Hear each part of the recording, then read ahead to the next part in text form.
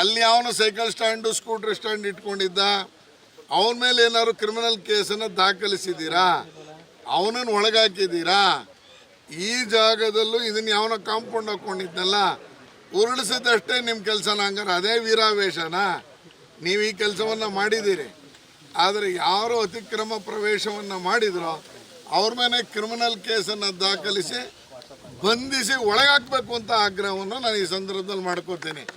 ಆದರೆ ಯಾರು ಕಾಂಪೌಂಡನ್ನು ಹಾಕಿದ್ದ, ಇವತ್ತು ಯಾರು ಅವನು ಅಂತ ಬೋರ್ಡ್ ನೆಟ್ಕೊಂಡಿದ್ದ, ಅವನ ಮೇಲೆ ಕ್ರಿಮಿನಲ್ ಕೇಸನ್ನು ಮೈಸೂರಿನ ತಹಶೀಲ್ದಾರರು ಮುಂದಿನ 24 ಗಂಟೆ ಒಳಗಾಗಿ ಅವನ ಮೇಲೆ ಕೇಸನ್ನು ದಾಖಲಿಸಬೇಕು.